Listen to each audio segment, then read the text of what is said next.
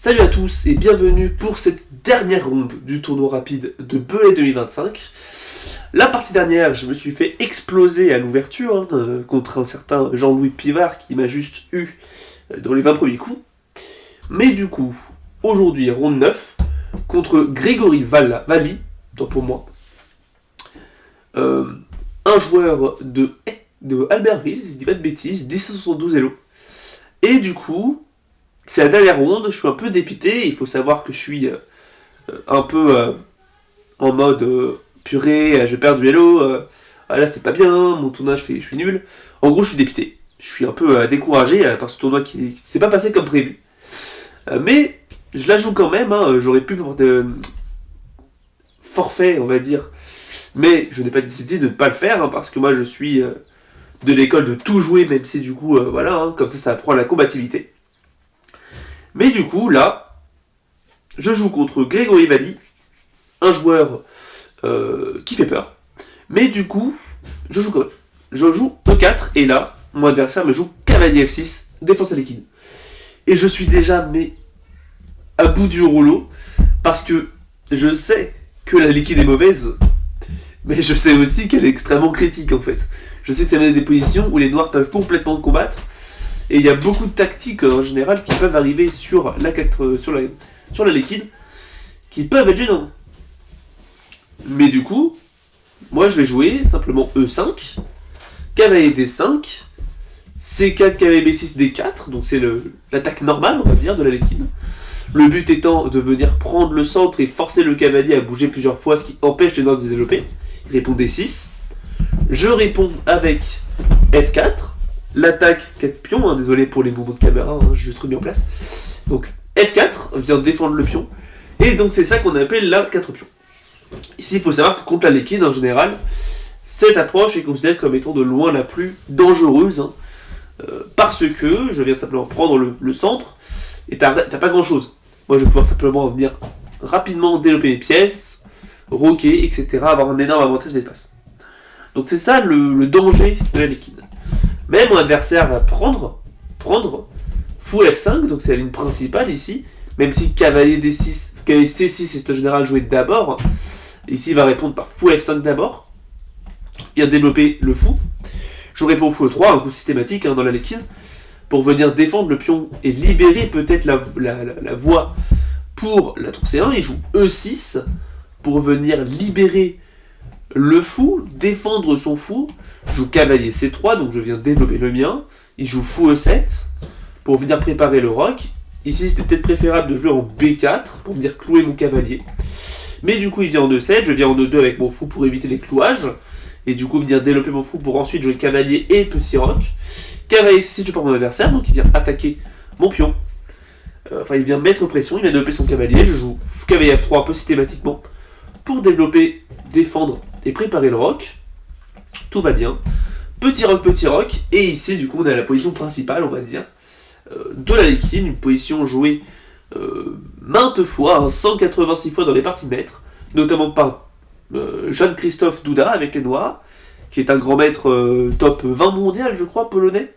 Donc c'est pour vous dire que c'est une ouverture qui était quand même si elle est considérée comme étant mauvaise, elle peut être jouée.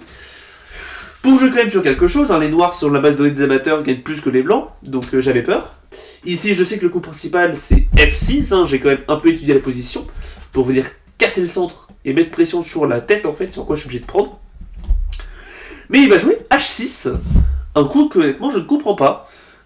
Ici, il vient faire pas grand-chose, il vient donner peut-être une casse pour son fou, il a peut-être peur de cavalier H4, sauf que c'est défendu.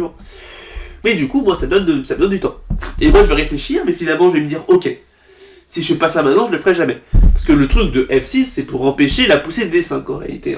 Parce que là, maintenant, le pion E5 serait en l'air. Donc je me dis, ok, sur H6, maintenant je peux pousser D5. T'as pas cavalier pour E5 maintenant. Et moi, je prends encore plus d'espace, j'attaque un peu partout. T'es obligé de réagir.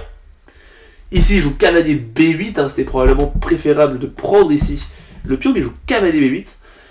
Moi, je joue cavalier D4 assez rapidement pour venir taper le fou. Il vient en G6. Et là, on remarque que le pion est attaqué 2 fois et défendu une seule fois. Donc je saute sur l'occasion, je joue D prend E6. Et là, j'ai déjà l'avantage, selon moi. j'ai déjà l'avantage parce que du coup j'ai un peu de plus, j'ai encore un centre qui est énorme, ce pion est défendu, ce pion est facilement défendable en jouant ça et ça hein, par exemple. Si tu prends, je vais récupérer, il y aura une fourchette. Si tu prends pas, je vais prendre sur échec et j'aurai un pion de plus. Globalement c'est déjà perdu en fait pour Grigori. Mais il joue quand même, il joue fou C5 pour venir du coup taper peut-être un peu plus sur ma pièce. Hein. Jouer sur un clouage, du fou E3 c'est sur échec, hein, donc voilà, il n'est pas défendu. Je joue E prend F7, il prend du fou, je m'attends à ce qu'il prenne de la tour, mais il prend du fou, pour venir peut-être mettre un peu plus pression sur le pion. Donc je réponds cavalier F5, pour venir taper le fou, et avec l'idée que maintenant, si tu prends le fou, alors attention c'est pas le meilleur coup, ici le meilleur coup c'était E6. Coup compliqué à trouver, hein. Même si du coup c'est vrai que sur prise, en fait il y a prise sur échec, c'est peut-être pour ça, ouais c'est pour ça. Mais du coup ça amène à des positions bizarres. J'aurais pu trouver ça, mais du coup c'est la fin de la journée, j'ai pas trouvé ça. Je joue cavalier F5 avec l'idée que si tu prends du fou, maintenant je pourrais prendre du cavalier et mon cavalier se mêlera à la défense du pion C4.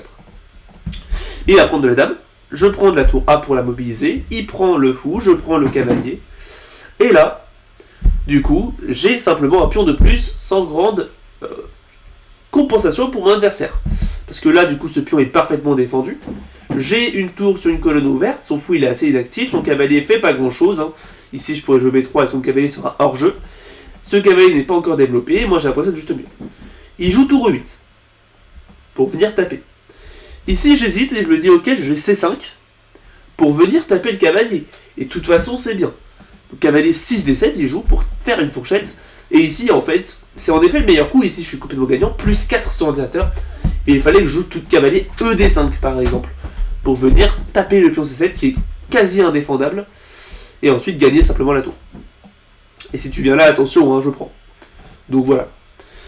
Ici, j'aurais pu simplement gagner comme ça. Si tu viens là, il y a la fourchette. Globalement, c'est perdant. Donc, compliqué hein, pour Grigori. Mais j'ai plutôt décidé de jouer cavalier C4, jouer un peu passivement sur la défense de ce pion. Je sacrifie celui-là, hein, intentionnellement, pour venir en réalité jouer sur peut-être B4, hein, qui pourrait arriver. Mais il va prendre du coup le pion E5, défendu par la tour. Je prends, il prend et fou F3 pour taper du coup sur le pion B7. Il vient jouer C6, ici c'était peut-être préférable de jouer cavalier C6. Mais là, moi j'avais l'impression d'être content. Hein. Parce que du coup, je pouvais simplement prendre et ça créerait des pions doublés. Hein. Doublé isolé avec tour des 4, tout ce qui arrive, c'est un peu compliqué à jouer humainement parlant. Désolé. Il joue C6, joue cavalier E4 pour me diriger vers la case D5, D6 je veux dire et défendre le pion. Il joue cavalier A6 pour taper un peu plus sur le pion, le fameux. Et il joue cavalier D6 du coup pour taper là et taper là. Ici, mon adversaire doit être quand même vigilant. S'il prend le pion, je vais rapidement venir jouer cavalier prend F7 prise et fou prend C6 et jouer peut-être sur le clouage, enfin sur le. Il dit même carrément B4 suivi. Après que le cavalier bouge, deux cavaliers de fou prend C6 suivi de fou prend B7, où j'ai un peu de plus. Donc du coup il doit être vigilant, ici il va prendre le pion, hein. Ici ça me paraissait un peu bête mais c'est le meilleur coup. Cavalier prend B7, je défends peut-être le pion. Ici il aurait simplement récupéré, mais moi j'ai fou D5. Et là j'ai l'impression d'être juste mieux parce que prise, et C6, et mon pion file. Mon pion file, c'est compliqué de le défendre. Il joue tour C8 pour venir canaliser le pion, je joue tour C1 pour essayer de le pousser encore un peu plus. Tour C7, il le bloque complètement. Ici, il faudrait que j'ai un cavalier ici, mais c'est compliqué de l'installer, hein, parce que si je bouge là, par exemple, il y a ça, hein, et je vais commencer à perdre du matériel, et c'est pas fou. Hein. Donc, compliqué, je joue plutôt tour à cavalier A5 pour défendre complètement le pion, et ensuite essayer de ramener mon roi. Après, il y a le cavalier B4, roi F2, roi F7, roi E3, roi E6, roi D4, roi D5. En gros, hein, voilà ce qui s'est passé. Cavalier B7 échec, je viens taper le roi, le forcer à bouger. Tour E1 échec, roi F7, cavalier D6 échec, roi F6, cavalier 8 échec. En gros, c'est ce qui s'est passé. Il y a eu un peu ça. Et après, en gros, on avait cette position. Hein, ici, les derniers coups sont peut-être un peu imprécis. Parce que je me souviens avoir gaffé une fourchette et que mon adversaire ne l'ait pas vu. Peut-être du coup, c'est après roi F2. Hein. C'est complètement après roi F2. Là, ici, voilà. Quand j'ai joué, juste pour revenir, que j'ai roi F2, donc il faut savoir que j'ai encore 20 secondes à la pendule, j'ai juste directement retranscrit la partie après la partie pour du coup remettre, avoir une partie plus. Enfin, mieux retranscrise en tout cas. Je vais au roi F2 et là je me rends compte, purée Nathan, t'es complètement débile parce qu'il y a simplement ça.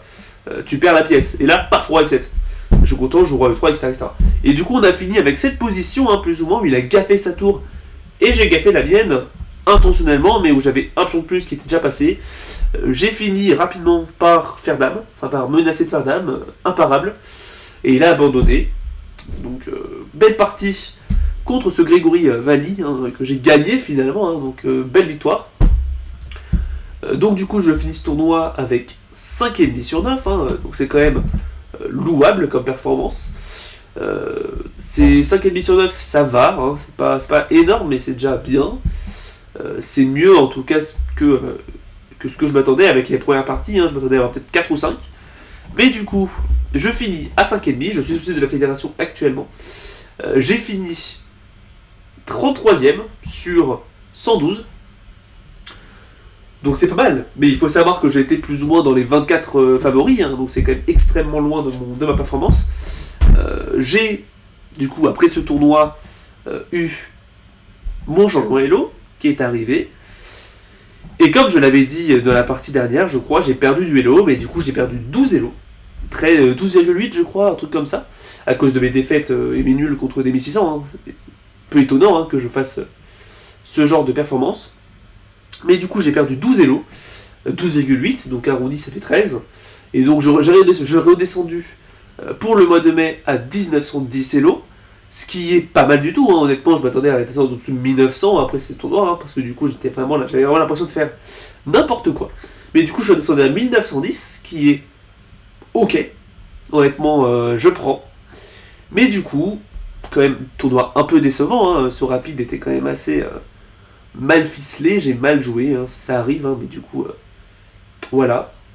Mais j'espère que vous avez aimé suivre ce tournoi avec moi. Perso, même si jamais j'ai fait n'importe quoi, je me suis amusé à le faire et je me suis amusé à le retranscrire pour vous. J'adore parler de mes parties, hein, c'est peut-être un peu mégalo, mais bon, voilà. Mais du coup, j'espère que vous me suivrez pour les prochains tournois. Le prochain tournoi, il est déjà fait, j'ai déjà fini le tournoi. C'est le tournoi de Bourg-en-Bresse, où il y a 7 rondes en rapide. Je vous dis du coup, à bientôt pour la première ronde du tournoi rapide de Bourg-en-Bresse. J'espère que ça vous a plu. N'hésitez pas à vous abonner, hein, c'est le cas, pour suivre toutes mes prochaines vidéos, activer la cloche. Et du coup, je vous dis à bientôt. C'est Dragon Yapin. Tchuss.